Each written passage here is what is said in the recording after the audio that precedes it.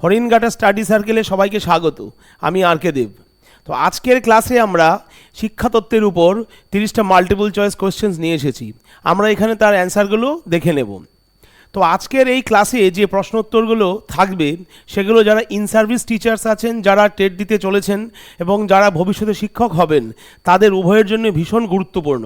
তাহলে আর দেরি না করে ক্লাসটা শুরু করি। আজকের ক্লাসের প্রথম প্রশ্ন হচ্ছে, আমি বোর্ডটা ছেড়ে দিচ্ছি, বিকাশ হলো একটি ড্যাশ প্রক্রিয়া। আমরা সবাই যারা এডুকেশন পড়েছি, যারা বিএড বা ডিএলএড করেছি, তাদের প্রত্যেকের কাছে ভীষণ সোজা একটা প্রশ্ন। তো অপশান কি দেখুন একটু, শৈশবকালীন, বাল্যকালীন, বয়সন্ধিকালীন, জীবনব্যাপী।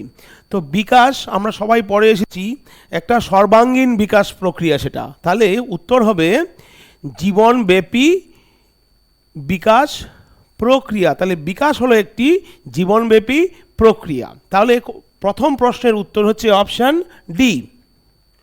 দ্বিতীয় প্রশ্ন, বিকাশ হলো ব্যক্তির জৈবিক, মানসিক, সামাজিক, প্রাক্ষবিক ইত্যাদি চাহিদার, এখানে শূন্যস্থান আছে, ফল। অপশান কি হবে? যোগ, ভাগ, মিথস্ক্রিয়া, গুণ। তাহলে চারটে অপশন থেকে আমাদের একটা বেছে নিতে হবে।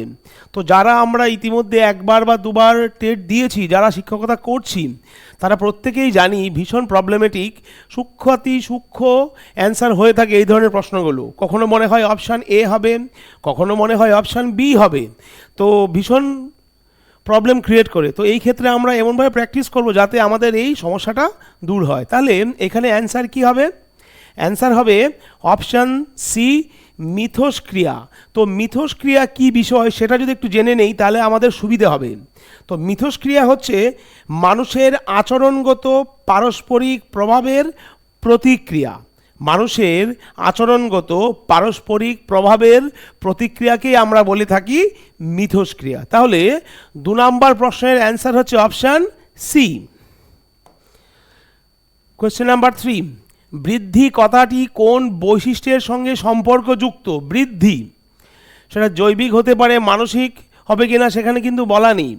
তাহলে অপশান দেখুন একটু, পরিমাণগত পরিবর্তন, গুণগত পরিবর্তন, সামাজিক পরিবর্তন বা কোনোটিই নয়।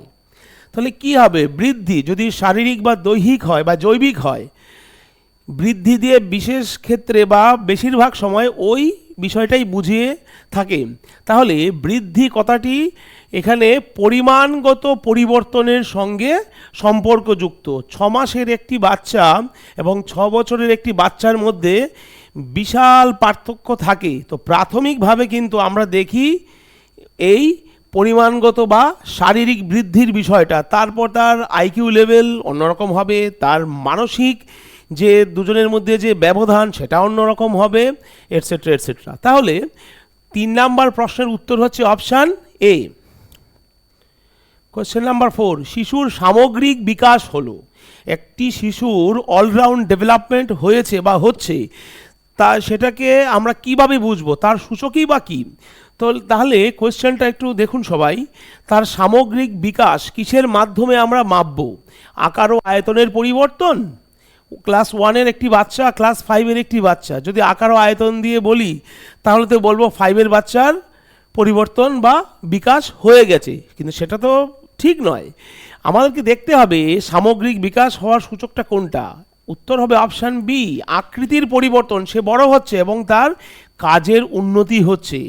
তবেই সে যে তার যে সামগ্রিক বা সার্বিক বিকাশ হয়েছে, তার যে অলরাউন্ড ডেভেলপমেন্ট হয়েছে, সেটা আমরা কিভাবে বুঝবো? তার আকৃতির পরিবর্তন হচ্ছে এবং তার কাজেরও উন্নতি হচ্ছে। তো এইভাবে আমরা এটা বুঝতে পারি। তাহলে কোয়েশ্চেন নাম্বার 4 হচ্ছে অপশান বি। 5 নম্বর প্রশ্ন, বৃদ্ধি ও বিকাশের মধ্যে পার্থক্য নির্দেশক বাক্য কোনটি? তাহলে এই প্রশ্নতে একটা বিষয় তো পরিষ্কার যে বৃদ্ধি আর বিকাশের মধ্যে পার্থক্য রয়েছে বা ডিফারেন্স রয়েছে। তো 4টে সেন্টেন্স বা 4টে অপশান আছে, কোন অপশানটা এই দুজনের মধ্যে পার্থক্যকে সূচিত করে? বৃদ্ধি হলো জৈবিক, বিকাশ হলো সার্বিক। বৃদ্ধি হলো দৈহিক, বিকাশ হলো সাংস্কৃতিক। বৃদ্ধি হলো সামাজিক, বিকাশ হলো নৈতিক। বৃদ্ধি হলো জৈবিক, বিকাশ হলো প্রাক্ষবিক বিষয়। তো এই প্রসঙ্গে বলবো বিকাশ কিন্তু অবশ্যই সর্বাঙ্গীন আর সার্বিক হওয়া উচিত। ডেভেলপমেন্ট কিন্তু অলরাউন্ড হওয়াই উচিত, তাহলেই কি ওটাকে আমরা বলবো বিকাশ বা সার্বিক বিকাশ। তাহলে উত্তর হবে অপশান এ। সেটা কি? বৃদ্ধি হলো জৈবিক আর বিকাশ হলো সার্বিক বিষয়। আমরা যারা বিএড করেছি, যারা ডিএলএড করেছি, যখন আমরা এডুকেশনের উপর ক্লাস করেছি বা আজও যখন আমরা বাচ্চাদের পড়াই, তখন আমাদের মাথায় কিন্তু একটি জিনিস অবশ্যই রাখতে হয়, সেটা হচ্ছে প্রত্যেকটা বাচ্চার সর্বাঙ্গীন বিকাশ যাতে হয় সেদিকে আমরা খেয়াল রাখবো। হ্যাঁ, ক্লাসে সবকটা বাচ্চার একই ধরনের মানসিক ধাত থাকবে না, একই ধরনের মেধা থাকবে না, কিন্তু তা সত্ত্বেও আমাদের টার্গেট থাকে প্রত্যেকটি বাচ্চার যাতে আমরা সর্বাঙ্গীন বিকাশ ঘটাতে পারি। তাহলে কোয়েশ্চেন নাম্বার 5-এর অ্যান্সার হচ্ছে অপশান এ। কোয়েশ্চেন নাম্বার 6, নিচের কোনটি বৃদ্ধি প্রক্রিয়ার সঙ্গে যুক্ত? বৃদ্ধি, বিকাশ বলছে না, সার্বিক বিকাশ বলছে না, শুধুমাত্র বৃদ্ধি বলছে। খুব সোজা, ওজন বৃদ্ধি, অপশান এ। তাহলে কোয়েশ্চেন নাম্বার 6 অ্যান্সার হচ্ছে অপশান এ। কোয়েশ্চেন নাম্বার 7, শিশুর বৃদ্ধির সংকেত লিপিবদ্ধ থাকে তার দেহে অবস্থিত। শিশু যে বাড়ছে, তার যে সর্বাঙ্গীন বিকাশ হচ্ছে, তার এভরিথিং কোথায় লিপিবদ্ধ থাকে? আমরা জীবন বিজ্ঞানে পড়ে এসেছি, আমাদের কোনো একটা হিউম্যান বডি বা কোনো একটা প্রাণীর তার সমস্ত বৈশিষ্ট্য থেকে এভরিথিং বৃদ্ধির সংকেত লিপিবদ্ধ থাকে তার কোথায়? ডিএনএতে। ডিএনএ মানে ডিঅক্সিরাইবো নিউক্লিক অ্যাসিড, তার মধ্যে কিন্তু সব কিছু লিপিবদ্ধ থাকে। তাহলে কোয়েশ্চেন নাম্বার 7 হচ্ছে অপশান এ। 8 নাম্বার প্রশ্ন, শিশুর দেহের আকার, আয়তন ও ওজনের স্থায়ীভাবে বৃদ্ধিকে বলে। ভালো করে অপশনগুলো দেখবেন। আকার বলছে, আয়তন বলছে, ওজন বলছে। এই তিনটে জিনিসের স্থায়ীভাবে বৃদ্ধিকে কি বলা হয়? সবকটাই কিন্তু আউটওয়ার্ড বা এক্সটার্নাল ফিক্সচার বলছে এখানে বাচ্চার বা শিশুর। সেই ক্ষেত্রে উত্তর হবে অপশান সি, বৃদ্ধি। সে বাড়ছে, আকারে বাড়ছে, আয়তনে বাড়ছে, ওজনে বাড়ছে। তার জৈবিক দিকটা তুলে ধরা হয়েছে এখানে, মানসিক দিক তুলে দেওয়া হয়নি, সাইকোলজিক্যাল সাইডটাও তুলে ধরা হয়নি, তার সর্বাঙ্গীন বিকাশকেও কিন্তু এখানে বলা হয়নি। শুধু বলা হয়েছে কি আকার, আয়তন ও ওজনের স্থায়ীভাবে বৃদ্ধিকে আমরা কি বলবো? অপশান সি, বৃদ্ধি। তাহলে question number 8 option C. 9 number প্রশ্ন খুবই ভাইটাল, ভীষণই গুরুত্বপূর্ণ এই ধরনের প্রশ্নগুলো। তো এই ক্ষেত্রে আমাদের এগুলো একটু আত্মস্থ করে রাখলে সুবিধেই হবে। হ্যাঁ, হয়তো একটু গুলিয়ে যায় অনেকের, কিন্তু বারবার প্র্যাকটিসের ফলে কিন্তু আমরা এটা ওভারকাম করতে পারি। তাহলে কি হবে? কোন বয়সকালকে শৈশব বা ইনফেন্সি বলা হয়? আমরা বলি না ইনফ্যান্ট, নিউবর্ন বেবি। তো নিউবর্ন বেবি থেকে কত বছর বয়স পর্যন্ত একটা বাচ্চাকে আমরা ইনফ্যান্ট বলবো বা তার ওই সময়কালটাকে ইনফেন্সি বলবো? অ্যান্সার হচ্ছে জন্ম থেকে 2 বছর। অনেকে ভুলটা কি করেন, প্রাক জন্ম থেকে। যে বাচ্চাটি জন্মাবে না, তাহলে সেক্ষেত্রে তাকে আমরা এই হিসেবের মধ্যে ফেলবো কি করে? তাকে তো আগে জন্মাতে হবে, তাই না? তারপর থেকে তো আমরা তার এই বয়সটা বা সময়কালটা হিসেব করব।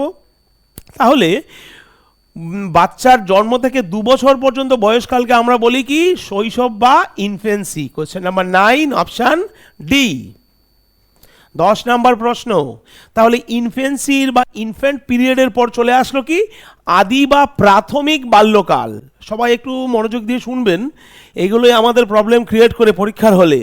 আদি বাল্যকাল, প্রান্তীয় বাল্যকাল, তারপর ইনফেন্সি বা শৈশব। এই সময়টা আমাদের মুখস্থ রাখা অবশ্যই উচিত। এর থেকে একটা বা দুটো কোয়েশ্চেন অবশ্যই থাকবে। তাহলে আদি বা প্রাথমিক বাল্যকাল স্তরের বয়সসীমা কত? অ্যান্সার হচ্ছে 2 থেকে 5 বছর, তাই না? বাচ্চা তখন মোটামুটি ব্ল্যাবারিং পিরিয়ড থেকে কথা বলার পরিস্থিতিতে সে চলে আসে, সে দৌড়াতে শিখে, হোঁচট খেয়ে পড়ে যায়, আবার ওঠে এবং খেলা আস্তে আস্তে সে খেলা করতেও শিখতে থাকে। তাহলে আদি বা প্রাথমিক বাল্যকাল সময়সীমা কত তার? 2 থেকে 5 বছর। Question number 10 option C. 11 number প্রশ্ন, উত্তর বাল্যকাল। তাহলে আমরা কি দেখলাম? শৈশব দেখলাম, আদি বাল্যকাল দেখলাম, এবার দেখব উত্তর বাল্যকাল। অ্যান্সার হচ্ছে অপশান এ, 5 থেকে 11 বছর পর্যন্ত এই পিরিয়ডটাকে আমরা বলি উত্তর বাল্যকাল। অবশ্যই মনে রাখা উচিত, খুব vital question. Question number 11 option A. 12 number, কোন সময়কালকে প্রি গ্যাং স্তর বলা হয়? খুব সুন্দর একটা শব্দ। হ্যাঁ, অনেকে হয়তো ভাববেন যে বাচ্চা বয়সে কি শিশুকে গ্যাংস্টারদের সঙ্গে তুলনা করা হচ্ছে নাকি, যে ধীরে ধীরে গ্যাংস্টার হবে? না, সেটা নয়। প্রি গ্যাং মানে হচ্ছে, সেটা আগে বুঝতে হবে, আমি বোর্ডটা ছেড়ে দিচ্ছি আপনাদের সুবিধা হবে দেখতে। প্রি গ্যাং মানে হচ্ছে সামাজিকীকরণ।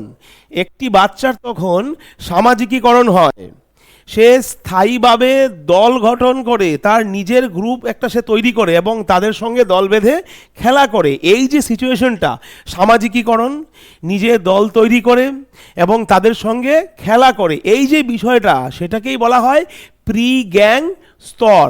তো কখন থেকে সেটা হয়? অ্যান্সার হচ্ছে 6 থেকে 11 বছর এর মধ্যে বাচ্চাটি সে প্রি গ্যাং স্তরে বিলং করে। তাহলে কোয়েশ্চেন নাম্বার 12 হচ্ছে অপশান সি। আচ্ছা, আরেকটা ইন্টারেস্টিং কোয়েশ্চেন, জীবন বিকাশের কোন সময়কালে ওভারল্যাপিং দেখা যায়? ওভারল্যাপিং মানে এখানে কিন্তু একটু অন্যরকম মানে হয়। এখানে ওভারল্যাপিং দিয়ে কী বোঝায়? এখানে ওভারল্যাপিং দিয়ে বোঝাচ্ছে কাজের বা সেবার ক্ষেত্রে, আবার রিপিট করছি, কাজের বা সেবার ক্ষেত্রে দুটি ভিন্ন সময়কালের মধ্যে মিলে যাওয়ার অবস্থাকে বোঝায়। কাজ অথবা সেবা, কাজ অথবা সেবার মধ্যে দুটি ভিন্ন সময়কালকে বা দুটি ভিন্ন সময়কালের মধ্যে মিলে যাওয়ার যে অবস্থা, সেটাকে আমরা বলি এখানে ওভারল্যাপিং। সেটা কখন দেখা যায়? অ্যান্সার হবে অপশান এ, 11 থেকে 16 বছর। তাহলে কোয়েশ্চেন নাম্বার 13, অ্যান্সার হচ্ছে অপশান এ, ওভারল্যাপিং পিরিয়ড দেখা যায় কখন? 11 থেকে 16 বছর। তাহলে আমরা কি দেখলাম? ইনফ্যান্ট পিরিয়ড বা ইনফেন্সি দেখলাম, আদি বাল্যকাল দেখলাম, উত্তর বাল্যকাল দেখলাম, প্রি গ্যাং স্টেজ দেখলাম, এবার ওভারল্যাপিং স্টেজ দেখলাম। তাহলে এই 5টা জিনিস অবশ্যই আমাদের আত্মস্থ করে রাখতে হবে। তাহলে কোয়েশ্চেন নাম্বার 13 অপশান এ। 14, মনোবিদ পিকু নাচের মতে শিশুর 1.5 থেকে 2.5 বছর বয়সকে বলা হয়, খুব সোজা, প্রান্তীয় শৈশব স্তর। দেখুন, এইগুলোকে যদি ব্যাখ্যা করা হয় বা অ্যানালিসিস করা হয় অনেক সময় লেগে যাবে, ভিডিওটাও বড় হবে, আপনারাও বিরক্ত হবেন। তো এই জন্য শুধু অ্যান্সারটা বলছি, আর যতটা যেখানে বলা যায় ব্যাখ্যা করা যায় ততটা ন্যূনতম ব্যাখ্যাটা করছি। তাহলে কি হবে? মনোবিদ পিকু নাচের মধ্যে শিশুর 1.5 থেকে 2.5 বছর বয়সকে বলা হয় প্রান্তীয় শৈশব স্তর। তাহলে 14 নম্বর প্রশ্ন উত্তর অপশান সি। 15 নম্বর, শিশুর মধ্যে সমাজ চেতনা শুরু হয় কত বছর বয়স থেকে? 2 বছর বয়স থেকে। মুখস্থ রাখা অবশ্যই উচিত। একটি শিশুর মধ্যে সমাজ চেতনা শুরু হয় 2 বছর বয়স থেকে, তার মানে তার শৈশব থেকে, ইনফ্যান্ট পিরিয়ড থেকে তার মধ্যে সমাজ চেতনা শুরু হয়ে যায়। তাহলে 15 নম্বর প্রশ্নের উত্তর হচ্ছে অপশান এ। 16 নম্বর, শিশুর প্রথম বিদ্যালয় কোনটি? সবচেয়ে সোজা কিন্তু সবচেয়ে গুরুত্বপূর্ণ প্রশ্ন প্রত্যেকটি শিশুর ক্ষেত্রে। আমরা আজকে এত বড় হয়েছি, আমাদের প্রত্যেকের ক্ষেত্রেই প্রথম বিদ্যালয় ছিলেন মা। আমরা মায়ের থেকেই আমাদের জীবনের প্রথম যে শিক্ষা সেটা অর্জন করেছি। তাহলে শিশুর প্রথম বিদ্যালয় হচ্ছে মায়ের কোল, এই বিষয়ে বিন্দুমাত্র সন্দেহ নেই। তাহলে 16 নম্বর প্রশ্নের উত্তর অপশান সি। 17 নম্বর, শিশুর সামাজিক বিকাশে সহায়তা করে কে? একটি বাচ্চা জন্মালো, একটু বড় হলো, পাশের বাড়ি নিয়ে গেল কোলে করে, তারপর পেছনের বাড়িটা নিয়ে গেল, তারপর প্রতিবেশীদের কাছে গেল, বিভিন্ন জায়গায় সে ঘোরে, বিভিন্ন কিছু দেখে, অনেক লোকের কোলে ওঠে। তো এই যে বিষয়গুলো, সেগুলো কিন্তু তার বিকাশে সাহায্য করছে। কি ধরনের বিকাশ? সামাজিক বিকাশ। তাহলে শিশুর সামাজিক বিকাশের ক্ষেত্রে গৃহের অবদান আছে, প্রতিবেশীর অবদান আছে, পরিবারের অবদান আছে। সব জায়গা থেকে সে কিছু না কিছু শিখছে এবং তার মধ্যে সমাজবোধ, সামাজিকীকরণের যে সেন্স সেটা তৈরি হচ্ছে। তাহলে শিশুর সামাজিক বিকাশে সহায়তা করে কে? এই সবগুলো।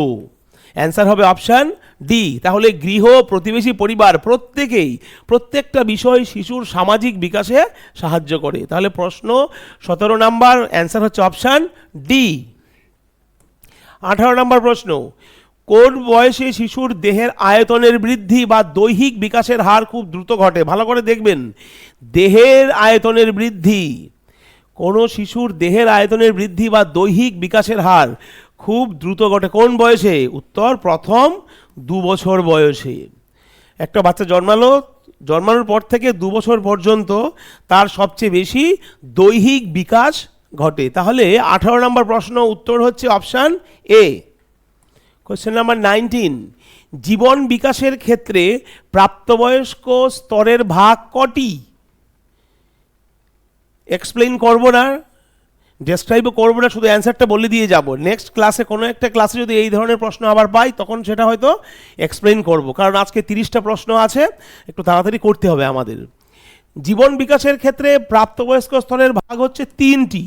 আমরা আপাতত এগুলো মুখস্থ রাখবো, যাতে পরীক্ষায় আমরা এগুলো উগড়ে দিতে পারি। তাহলে কোয়েশ্চেন নাম্বার 19 অপশান বি। 20, পরিণমন একটি ড্যাশ প্রক্রিয়া। আচ্ছা, খুবই ভাইটাল প্রশ্ন, প্রায় আসে পরীক্ষায়। আমি ওটা ছেড়ে দিলাম, আপনারা সবাই খেয়াল করবেন একটু স্ক্রিনে। তাহলে প্রথমে আমাদের বুঝে নিতে হবে পরিণমন বিষয়টা কি। তো পরিণমন হচ্ছে জৈবিক ও অভ্যন্তরীণ প্রক্রিয়া। আবার রিপিট করছি, পরিণমন হলো একটি জৈবিক ও অভ্যন্তরীণ প্রক্রিয়া যার মাধ্যমে সময় ও বয়সের সাথে সাথে শারীরিক ও মানসিক বিকাশ ঘটে। তাহলে কি পরিণমন হচ্ছে একটি জৈবিক ও অভ্যন্তরীণ প্রক্রিয়া যার মাধ্যমে সময় ও বয়সের সাথে সাথে কোনো শিশুর শারীরিক ও মানসিক বিকাশ বা পরিপক্কতা ঘটে। বিকাশ অথবা পরিপক্কতা ঘটে শারীরিক ও মানসিক সময়ের সাথে সাথে। তাহলে পরিণমন হচ্ছে একটি জৈবিক আর অভ্যন্তরীণ প্রক্রিয়া। এটা তো গেল। তাহলে এই বিষয়টা কিভাবে ঘটে, পরিণমনটা এটা কিভাবে ঘটে? কৃত্রিমভাবে ঘটানো হয়, মনস্তাত্ত্বিকভাবে ঘটানো হয়, অনুশীলন সাপেক্ষ কি? একদমই না, এটা হচ্ছে স্বতঃস্ফূর্ত প্রক্রিয়া। তাহলে পরিণমন সংজ্ঞাটা জানলাম এবং সেটা কি ধরনের সিস্টেম, এটা একটা স্বতঃস্ফূর্ত প্রক্রিয়া, দ্যাট মিনস স্পন্টেনাস সিস্টেম। এটা ক্লিয়ার? তাহলে পরিণমন একটি স্বতঃস্ফূর্ত প্রক্রিয়া। Question number 20 option A. 21, শিশুর প্রাথমিক স্তরের শিক্ষণ প্রক্রিয়া সম্পন্ন হয় কোথায়? শিশুর প্রথম বিদ্যালয় তো মায়ের কোল, সেটা জানি। এবার প্রাথমিক শিক্ষাটা শিশু কোথায় পায়? ভেরি ইজি, বিদ্যালয়ে। তাহলে শিশুর প্রাথমিক স্তরের শিক্ষণ প্রক্রিয়া সম্পন্ন হয় কোথায়? বিদ্যালয়ে। 21 অপশান এ। 22, প্রাথমিক স্তরের শিশুদের স্বভাব কেমন? এটা খুব সোজা, আমরা প্রত্যেকেই জানি। একটি বাচ্চা যা দেখে সেটাই ইমিডিয়েট করে, সেটাই কপি করে, তার মানে কি? অনুকরণ করে। তাহলে প্রত্যেকটি শিশু প্রাথমিক স্তরে কি ধরনের স্বভাব থাকে? তাদের অনুকরণ করা। তাহলে question number 22 option B. 23 number, বিকাশের ক্ষেত্রে অনুরাগ হলো শিশুর ব্যক্তিসত্তার স্বতঃস্ফূর্ত অগ্রগতি। এই মতবাদের প্রবক্তাকে। শিশুর যে কোনো জিনিসের প্রতি একটা আকর্ষণ তৈরি হয়, শিশুর কোনো জিনিসের প্রতি একটা টান তৈরি হয়, এগুলো কিন্তু তার ব্যক্তিসত্তার যে ধীরে ধীরে বিকাশ হচ্ছে সেটার একটা সূচক বটে। তো এই যে ব্যক্তিসত্তার স্বতঃস্ফূর্ত অগ্রগতি ঘটে, এই যে মতবাদ, সেটা কে বলেছিলেন প্রথম? কে দিয়েছিলেন? John Dewey.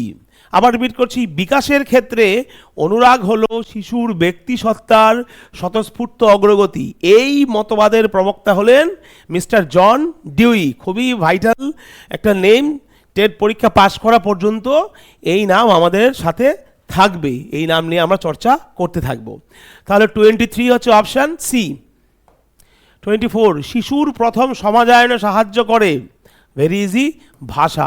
একাকিত্বে থাকলে হবে না, পর্যবেক্ষণ সে দেখতে থাকে কিন্তু খুব একটা বোঝে না, স্বাধীনতা তাকে দেওয়া হয় না।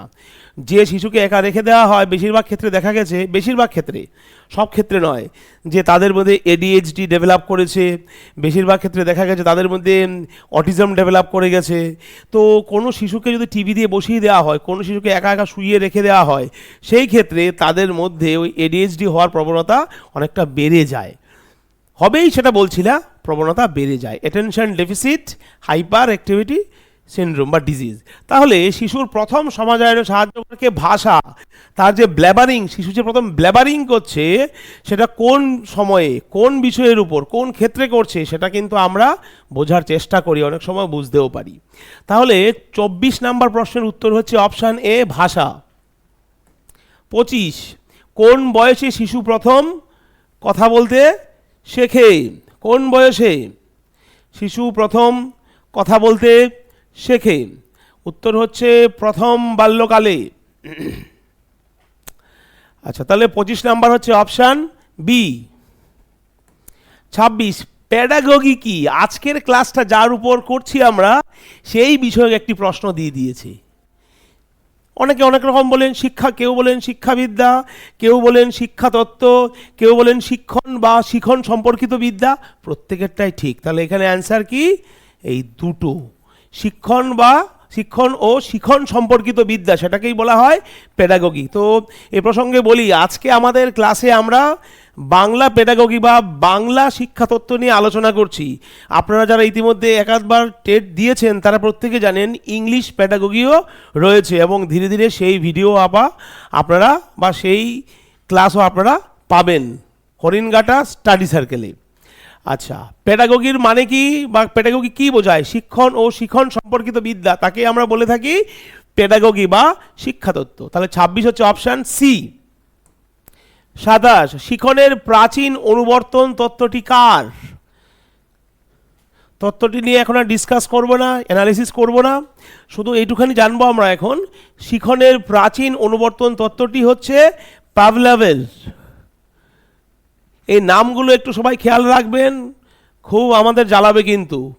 স্কিনার, পাভলভ, থর্নডাইক, ব্রুনার, আরও আছে কোহলার, আছে আরেকটা নাম জন ডিউই আছে, স্পিয়ারম্যান আছে, পেঁয়াজে আছে। ওরা যতদিন না পর্যন্ত আমরা টেট পাস করছি ততদিন আমাদের সাথ ছাড়বে না। তাহলে শিখনের প্রাচীন অনুবর্তন তত্ত্বটি হচ্ছে কার? পাভলভের। 27 অপশান বি। 28 28 নম্বর প্রশ্ন, পাভলভের তত্ত্বটিকে কি বলা হয়? পাভলভ যে তত্ত্বটা দিয়েছেন অনুবর্তন তত্ত্ব, সেটাকে আমরা কি বলি? সেটাকে বলে থাকি সাপেক্ষ অনুবর্তন তত্ত্ব। পাভলভের যে অনুবর্তন তত্ত্ব সেটাকে আমরা কি বলি? সাপেক্ষ অনুবর্তন তত্ত্ব। তাহলে 28 হচ্ছে অপশান এ। 29 শিখনের ক্ষেত্রে প্রচেষ্টা ও ভুল, খুব ইম্পর্টেন্ট একটা থিওরি দিয়েছেন। শিখনের ক্ষেত্রে প্রচেষ্টা ও ভুল তত্ত্বটি কে প্রণয়ন করেন? অ্যান্সার হবে অপশান সি, থর্নডাইক। তাহলে প্রচেষ্টা ও ভুল ভেরি ইম্পর্টেন্ট একটা থিওরি। চেষ্টা করব, ভুল হবে, আবার চেষ্টা করব, ভুল হবে, আবার চেষ্টা করব, এইভাবে চেষ্টা করব, ভুল হবে, এইভাবে হতে হতে আমরা ধীরে ধীরে শিখতে থাকব। তাহলে শিখনের ক্ষেত্রে প্রচেষ্টা ও ভুল তত্ত্বটি প্রণয়ন করেন কে? Option C, Thorndike. 29 option C. আজকের ক্লাসের শেষ প্রশ্ন, শিখনের মূল কথা হলো শিখব কেন, উদ্দেশ্য কি, শিখলে আমরা কি পাবো, ডেস্টিনেশন কি, শিখনের মূল কথা কি? অ্যান্সার অপশান সি, আচরণের পরিবর্তন। অনেকে প্র্যাকটিক্যালি বলবেন শিখনের আসল উদ্দেশ্য চাকরি পাওয়া, সমাজে মানুষের মতো ব্যবহার করা, সমাজে সম্মান পাওয়া। না, এগুলো হচ্ছে সেকেন্ডারি। তো এই বিষয়ে অনেক যুক্তিতর্কের অবতারণা করা যাবে, সম্ভব করা, কিন্তু প্রাথমিকভাবে যেটা সবচেয়ে ইম্পর্টেন্ট, শিখনের মূল কথা হচ্ছে আচরণের পরিবর্তন। যখন একটা শিশু জন্মায় তখন সে কিন্তু একটা সাদা কাগজ থাকে।